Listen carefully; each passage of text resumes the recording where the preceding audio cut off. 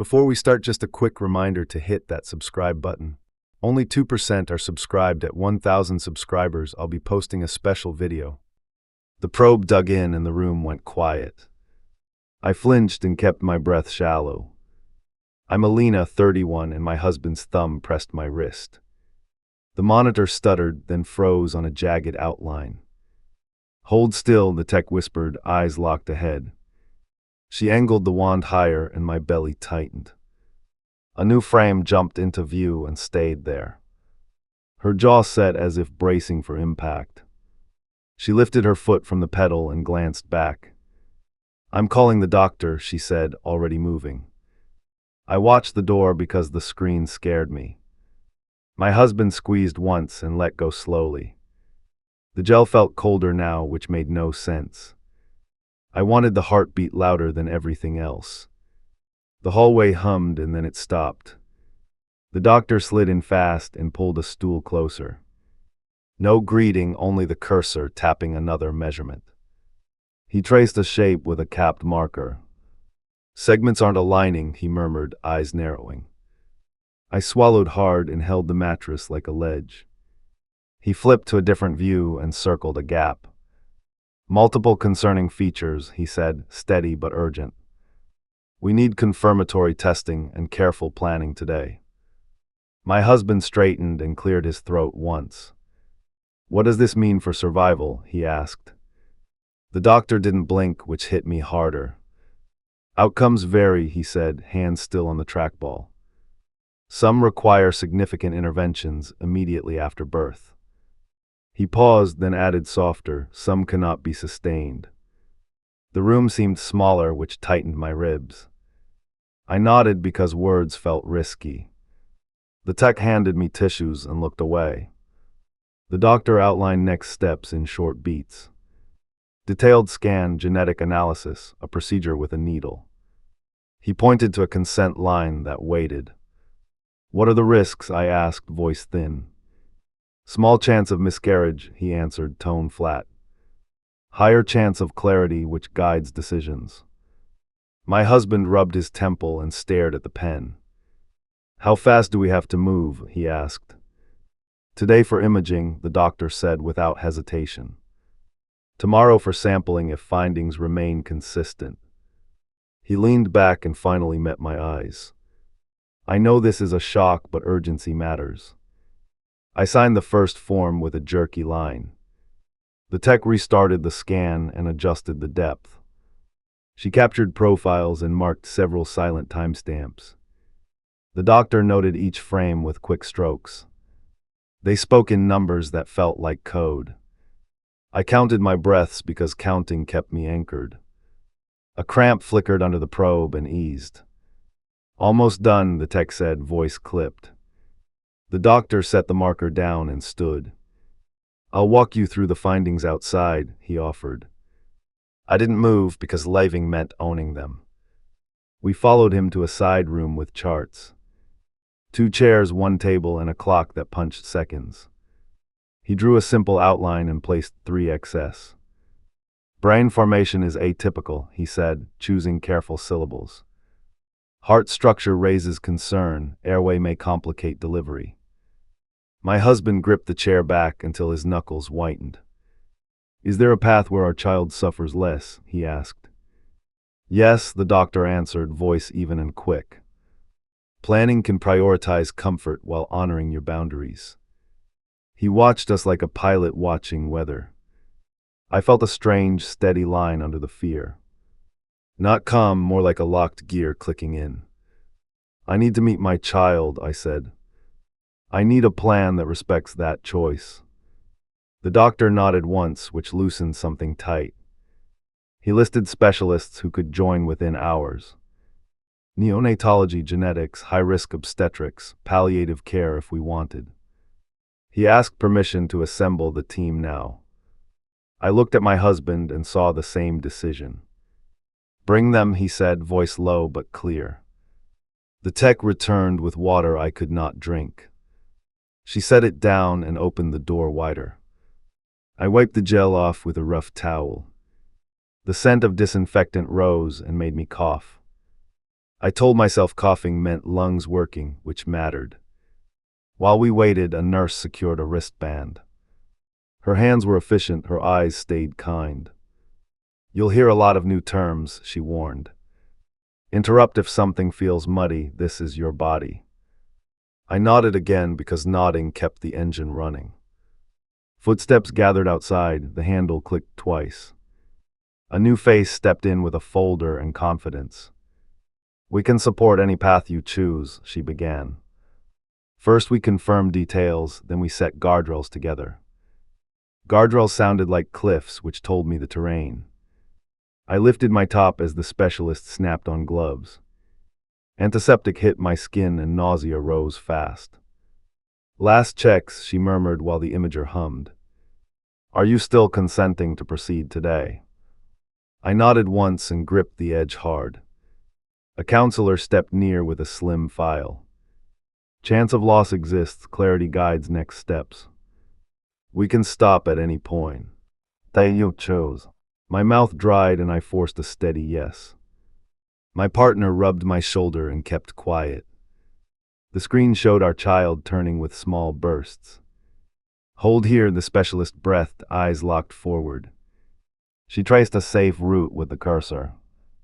Another clinician steadied my abdomen with firm palms.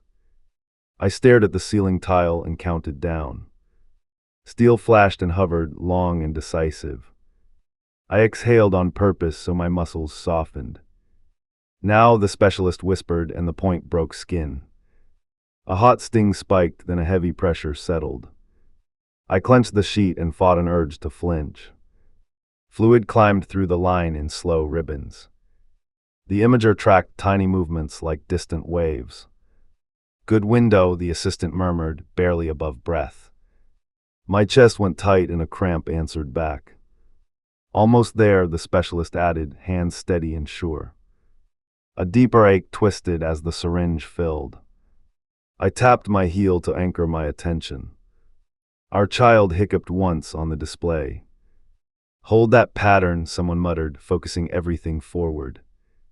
I stared at the wall clock and lost seconds. Sample secured, the line slid free with a sting. Gauze pressed in and the ache pulsed twice. They watched my vitals while the imager dimmed. "Bleeding minimal," the specialist noted, already sealing tubes. My partner exhaled like he had been underwater.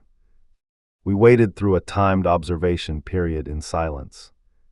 A staffer checked firmness and asked about dizziness. I drank small sips and tracked each swallow. "Any sharp pain or fever, call immediately," she warned. I nodded because the warning sounded like a bridge. In a consultation nook, the geneticist joined quickly. "Rapid panel in 48 hours, full analysis longer. We will phone as soon as anything becomes actionable. Do you want detailed probabilities or just thresholds for planning?" "Thresholds," I answered because numbers would break focus. "Then here are turning points we monitor closely. Breathing capacity at delivery, cardiac function, neurologic responses. If these fall below set marks, comfort measures activate." She placed a simple checklist between our hands. "We can adjust later, but alignment today helps." My partner asked about delivery location without looking up. "We coordinate here for immediate transfer if needed. Your birth plan can limit invasive procedures from start." The geneticist watched my face for hesitation. "I want to meet my child awake," I said. "Then we shape care to protect those minutes. Skin contact first, gentle support, no prolonged attempts. Pain control prioritized over longevity beyond thresholds." Her tone stayed clear, which steadied my lungs. I signed the plan and felt a gear engage. When we stood, a contraction-like cramp struck hard. I bent forward and counted to 8 slowly. "Normal after sampling," the specialist assured from the doorway. "Rest today, light movement, return if bleeding increases." I breathed through it and felt the spasms fade. At discharge, the coordinator confirmed our phone preferences. "No voicemail with details, live call only, anytime." I agreed because hearing words cold would break me. My partner slid his hand around mine firmly. We walked out slower than we had arrived. In the elevator, he stared at the changing numbers. I need to be strong when it rings, he muttered. You already are, I answered, surprising both of us. The doors opened and hospital air rushed our faces. We kept moving because stopping would invite collapse. Outside, traffic noise hit like a wake-up. I felt the bandage tug when I turned. My body reminded me this choice had weight. I placed a palm on my belly and waited. A faint thump answered and fear bent into resolve. Back home, the couch felt too firm for rest. I lay on my left and counted breath cycles. Every sound became a possible ringtone in disguise. I rehearsed words I could survive hearing. My eyes stayed open because mercy felt unpredictable. Evening stretched and cramps dulled to a background buzz. We checked the plan once without speaking much. He circled our triggers with a careful mark. I traced them again until memory took over. We left the paper on the table like a sentinel. Night finally pressed in and the windows reflected us back. We set both phones to loud with vibration. Eat something, he urged, sliding a plate near. I took 3 bites and hit the wall. He didn't push, which kept me steady. Near midnight, a private number flashed, then vanished. My throat closed as the log showed missed call. The screen lit again and held for 10 rings. We looked at each other and reached together. I pressed accept and every muscle drew tight. The phone thrashed on the table and I grabbed it. Unknown number, my thumb hit accept before doubt formed. A steady voice asked to confirm my identity. Results are back, are you able to talk now? My stomach flipped, and I forced out a yes. Findings are significant, the counselor began after a breath. I will stay concrete and concise throughout this call. 2 systems show major abnormalities on the rapid panel. Longer analysis continues, but direction is already clear. The room shrank around those words like a closing fist. Tell me what matters for survival, I cut in. I needed something I could hold without breaking. High risk in the first months, she answered plainly. Interventions possible, burdens high, outcomes uncertain. Her tone did not wobble, which helped me stay upright. My partner leaned closer with his hand on the table. What decisions must happen today? He asked without looking away. Choose care goals for delivery planning, the counselor replied. Either pursue intensive measures or prioritize comfort first. Both paths require preparation now, not at the bedside. I pressed the phone tighter until my palm warmed. What would intensive look like in the first hour? Airway support, lines, medication, potential surgery, consult, she said evenly.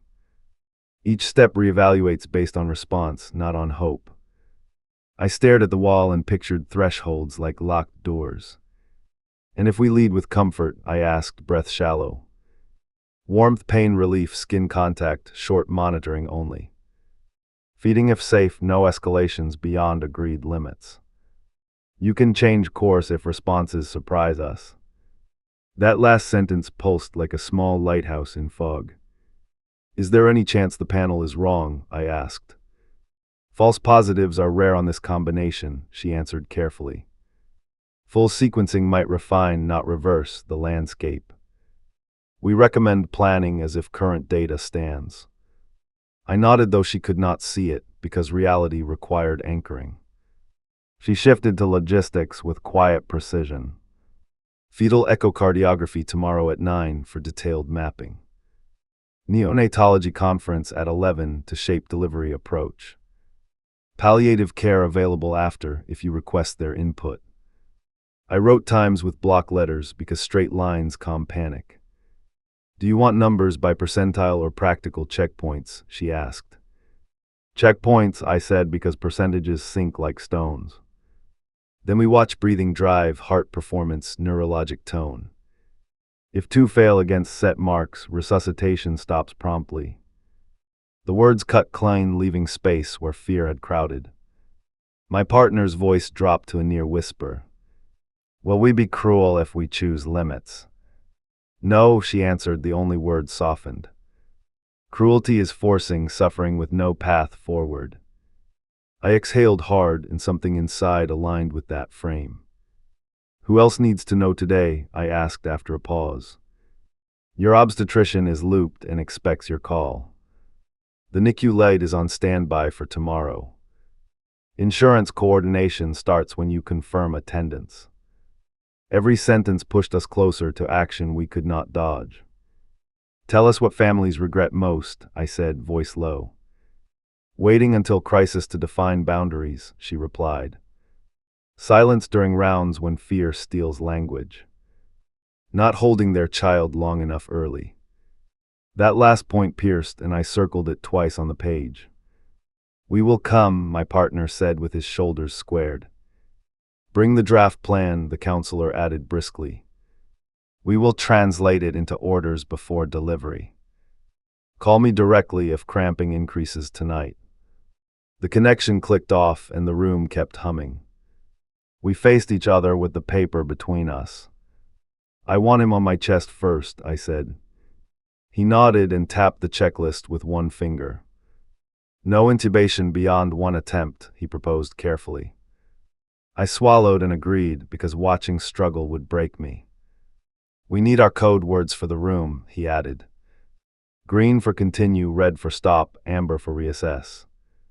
I repeated them until they felt internal and automatic. We wrote them in the margin for backup. Short words travel fast under pressure, which matters when timing turns. My phone buzzed again with a hospital reminder. I confirmed attendance and asked for a wheelchair on arrival. The puncture site tugged when I stood to stretch. A small cramp rolled, then settled like a warning.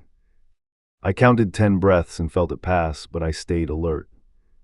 We argued briefly over who calls family tonight.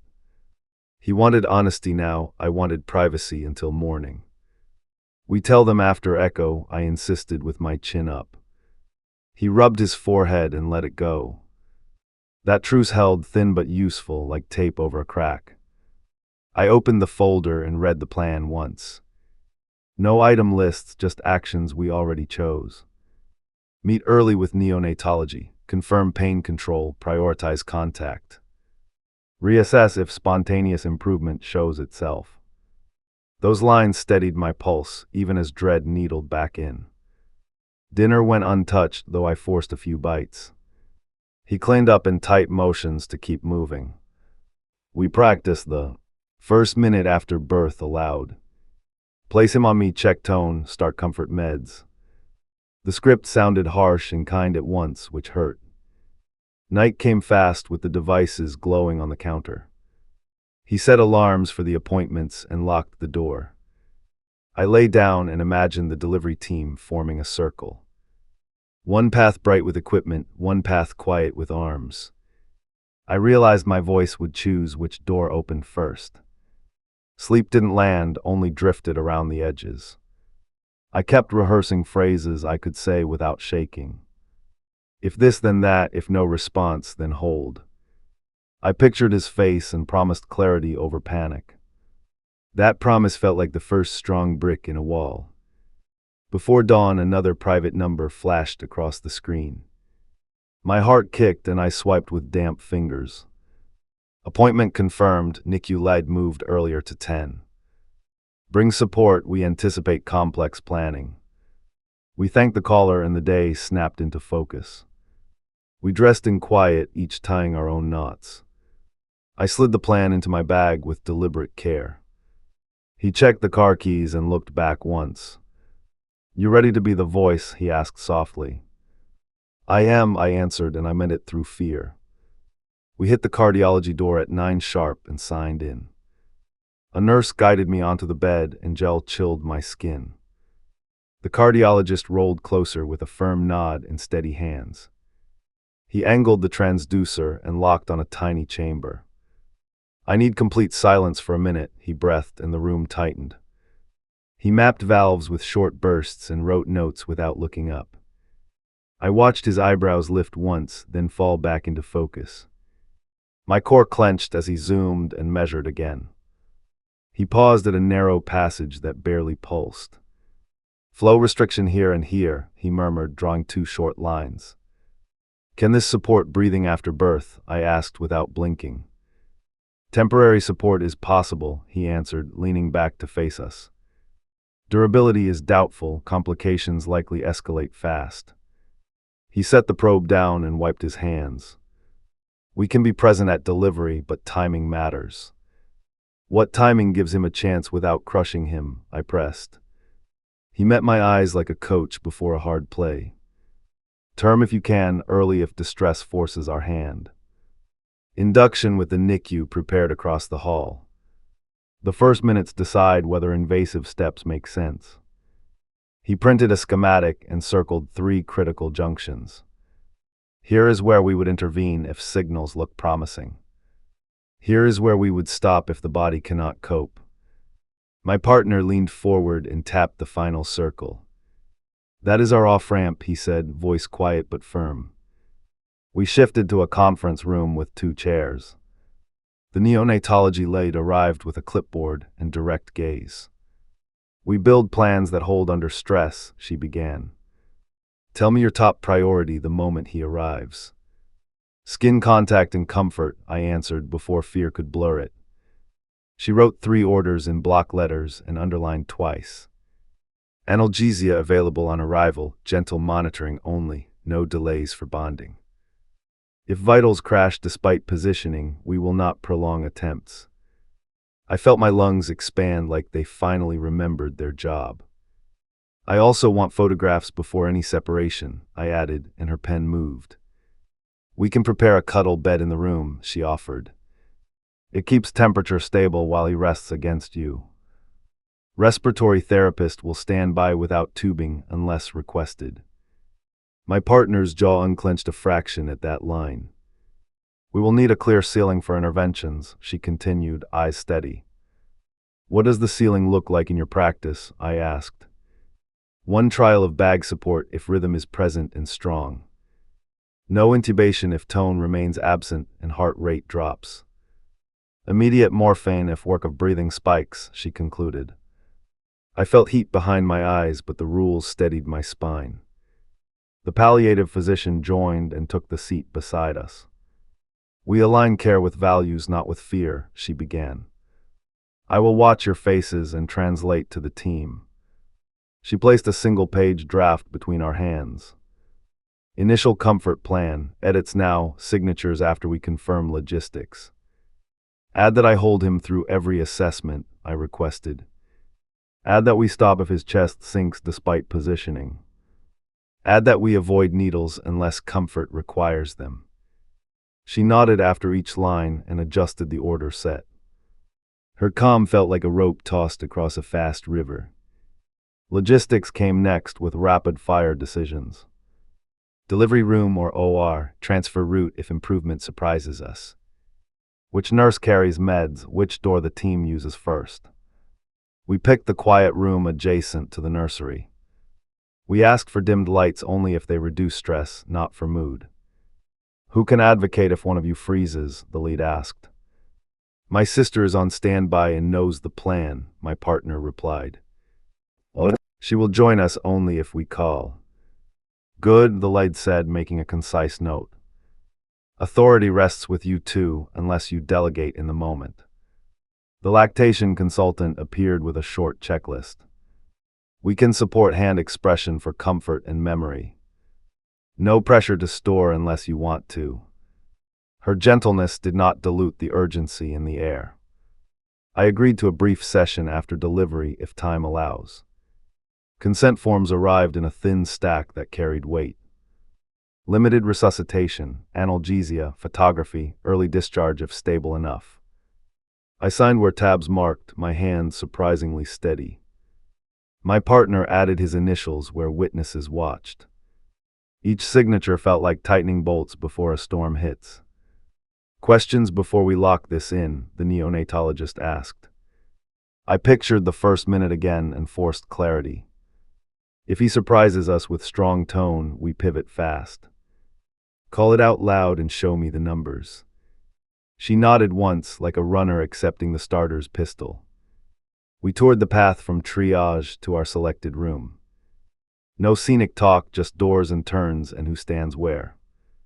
I counted steps and imagined pushing between bodies without breaking stride. The lead gestured to a chair placed beside the warmer. You sit there if he needs brief support, never across the room. On the way out, the cardiologist caught us by the elevator. I will be on call and will examine him immediately. If the duct stays open briefly, we gain minutes to assess. He held my gaze to make sure that landed. I tucked that sliver away, not as hope, but as timing. Back in the car, we reviewed the printed orders aloud. No medical jargon, just plain lines we could say under pressure. He read every item and paused for my confirmation. We crossed out 2 vague phrases and replaced them with action. Words that move are the only words worth carrying now. At home, we practiced the handoff we wanted at birth. Arms ready, shirt open, blankets within reach. He took the role of nurse and rehearsed the slide. I pretended to be shaking and still made the catch. The rehearsal ended with us breathing hard and sure. Evening check-in came from the coordinator with a final rundown. Team pagers updated, room reserved, photographer alerted for discretion.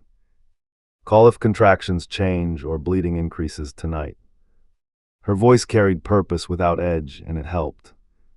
We acknowledged and placed our phones where we could reach blind. Night crept in with a rare pocket of quiet between calls. I lay on my side and felt tiny shifts inside. No stories, no fantasies, just presence and a plan. I told him we had built a safe container for his arrival.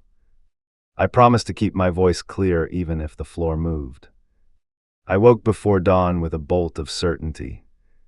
We needed one more line in the orders to protect us. I texted the coordinator and asked for a phrase. Comfort takes precedence over procedures once distress crosses our ceiling. Her reply came fast with a thumbs up and a timestamp. We dressed for morning rounds with our pages in a folder. He tucked an extra copy into his jacket for backup. I checked the bandage from sampling and found it calm. We stood by the door and met each other's eyes. We finished the plan today, I said, and the handle turned. A contraction hit like a clamp and folded me forward. Timer, I gasped, and he started counting out loud. Another surge stacked before the first one faded. We go now, he said, already reaching for shoes. I nodded because hesitation would steal minutes we needed. In the car, I braced my palms against my thighs. He merged fast and checked me between glances. Green if you're okay, red if we pivot, he reminded. Green, I breathed, riding the rise to its peak. The next wave chased hard and I bit down. Triage doors opened and a nurse waved us through. Contraction spacing, she observed while strapping the band. I focused on exhale and kept my voice level. Our plan is on file, I told her clearly. She tapped the chart and called the team in. The obstetrician arrived with sleeves pushed and eyes sharp. Cervix at 7, membranes tense, head coming down. My body answered with a deep push I could not stop. Breathe through, save strength, we move you now. 2 staff rolled and I gripped the rail hard. We reached the reserved room and positions snapped into place. Respiratory stood near the wall with hands relaxed. The neonatology lead entered and met my gaze. I remember your directives, she said, palms open. I lifted my shirt and readied my chest.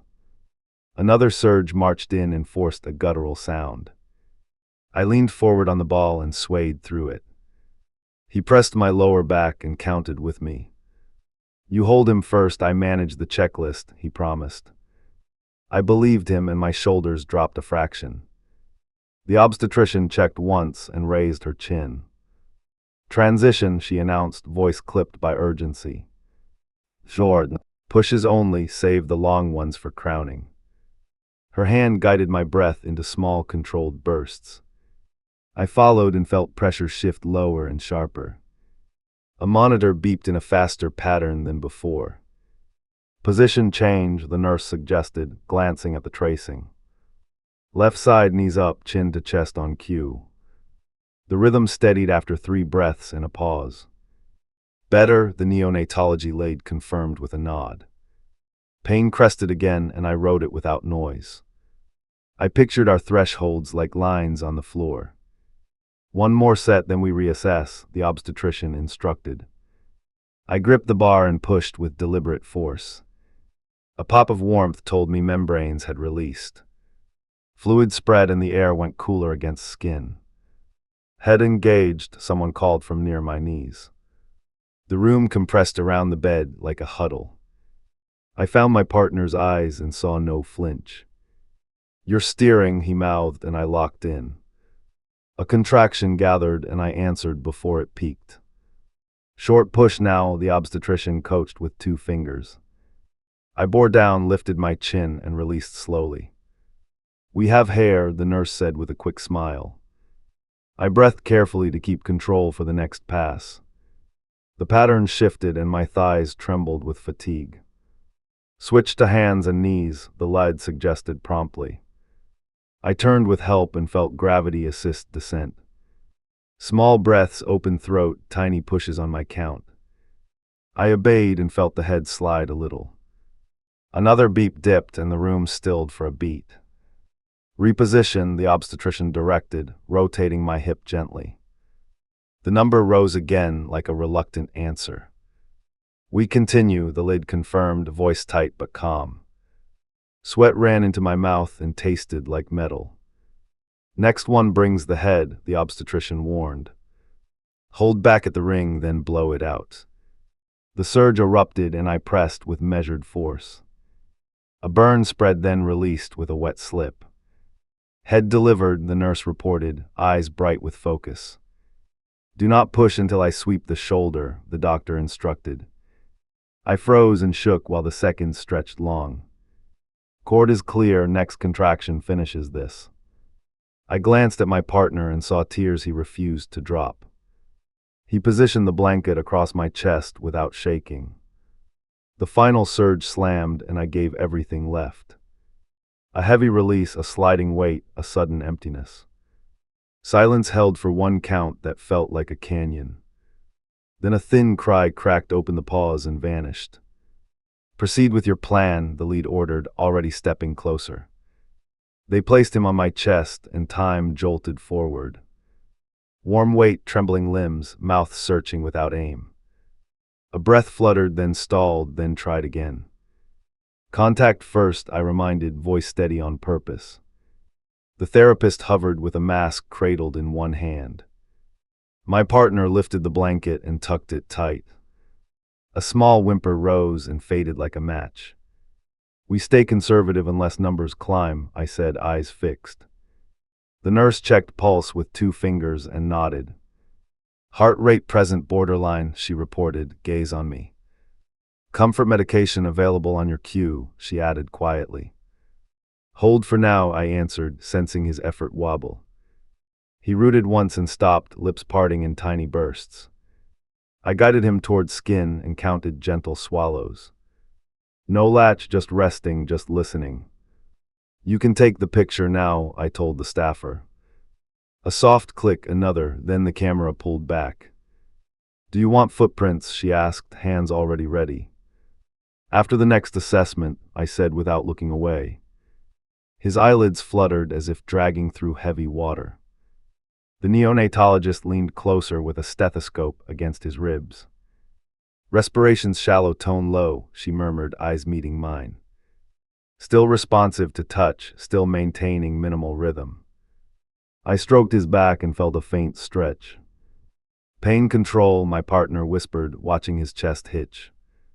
"Small dose," I agreed, throat tight but firm. The nurse prepared the syringe and waited for confirmation. I nodded once and kissed his temple gently. The dose landed intrabuccal with practiced care and speed. His shoulders softened and the hitching eased a fraction. He settled into me like he recognized this harbor. I realized I had been holding air too long. "Recheck at 2 minutes," the neonatologist announced for the room. We listened, we waited, we practiced not panicking. My partner counted under his breath like a drummer. At 120, she reached for the scope again. "Rate drifting downward, stimulus not improving tone," she said. The therapist lifted the mask for my eyes to meet. "One trial only," I reminded, lifting my hand halfway. "Proceed if you judge it's warranted," I added, jaw set. The mask sealed, 2 gentle puffs measured and precise. We watched the tiny rise, we watched the tiny fall. No recoil, no stronger pull from inside his sea. "Yes." I raised my palm and the therapist backed away. "Switch to holding measures only," the neonatologist confirmed aloud. "Morphine at the ready, warmth maintained, monitoring minimal." I tucked him closer and felt a new peace arrive. The room stepped back a half pace and waited. "Footprints now," I requested, voice a little raw. The nurse slid a pad beneath tiny heels with reverence. "Press, lift, press again, clean wipe." She passed the card to my partner like a medal. He traced the whorls with a thumb and swallowed hard. "I want him to hear our names," he whispered. We chose the one we kept private for this moment. I spoke it into his ear and felt my mouth shake. A brief grip closed around my finger and held. Not strong but definite, a decision more than a reflex. I blinked and laughed once because joy still existed. The staff looked away and gave that second room. "Any change, you tell us," the neonatologist said quietly. Her hand rested on the rail, then eased off. "We'll chart time points and follow your lead." My partner squeezed my shoulder twice in agreement. Minutes stacked, his color shifted to a paler shade. I watched for strain and found only softness. I adjusted his head and kept airways open. He breathed in short sips, then shorter, then paused. "I'm here," I told him, foreheads touching gently. "You did not come alone, you will not leave alone." My partner's breath hitched and he steadied it. We both nodded, we both stayed exactly there. The nurse returned with a small cap and waited. "It keeps heat, does not disturb him," she offered. I approved with a gesture and she placed it gently. He relaxed deeper as warmth hugged his crown. "Do you want handprints?" the photographer asked from the corner. "Yes, quick," I answered, feeling our window narrowing. "Paint, press, lift, wipe, no fumbling, no delay." We looked at the card and then back at him. A new lull stretched, the longest yet. The neonatologist listened once more and placed her scope down. "Rate is slipping," she said, voice level and kind. "Pain is controlled, he is not in distress." Tears finally came and I let them run unchecked. They did not drown me, they cleared a path. "I'm going to sing the one line he knows," I whispered. A short melody, soft, steady, his jaw unclenched. The lull deepened into a quiet that felt final. I felt for the beat with 2 fingers and waited. One faint thud answered, then another slower thud. I looked up and met the doctor's eyes. She checked once more and nodded with respect. "Time," she announced gently, recording without turning away. The room did not rush, the room honored the stillness. I pressed my cheek to his and closed mine. "Stay as long as you wish," the nurse offered. No clocks, no pressure, only space built on purpose. My partner kissed our son's forehead and whispered thank you. I held him as if weight could anchor the moment longer. When I finally lifted my head, the team remained nearby. Not hovering, just present, ready for any request. "Bath or no bath?" someone asked in a low tone. "No bath," I answered, "I want his scent on me." The coordinator approached with a memory package prepared. Bracelet, certificate, the prints we made together. "Do you want a lock of hair?" she asked carefully. I touched his head and chose to leave every strand. We prepared to hand him over and my body bulked. Everything in me said hold, yet I knew the shift had come. Give me 1 minute more, I asked, and they waited. I counted to 60 and let each number root. My partner opened his arms and I transferred slowly. He cradled our boy and closed his eyes hard. Thank you for choosing us, he breathed against the tiny ear. We both understood those words were for all three of us. The chaplain hovered at the threshold and paused. Would you like a blessing? She asked, palms open. Yes, I said, surprising myself with how clear it sounded. She spoke 3 short lines and closed with Amen. The neonatologist returned with paperwork we had requested. Early discharge if stable, follow up with social work tomorrow. She placed a copy on the table for our records. You led with courage and precision, she said, then stepped back. I dressed slowly, hands careful not to break rhythm. We signed the last form and tucked the prints away. My partner lifted the small box designed for keepsakes. Neither of us looked inside, we didn't need to confirm. At the door I turned and memorized the arrangement we had built. Where the chair stood, where the therapist had waited. The paths we marked to protect his time with us. Those choices held when the storm hit, and that mattered. We walked the corridor together, shoulders touching at each step. Staff dipped their heads in quiet acknowledgement as we passed. Outside the unit I stopped and leaned into his chest. I can walk, I said, and felt my legs agree.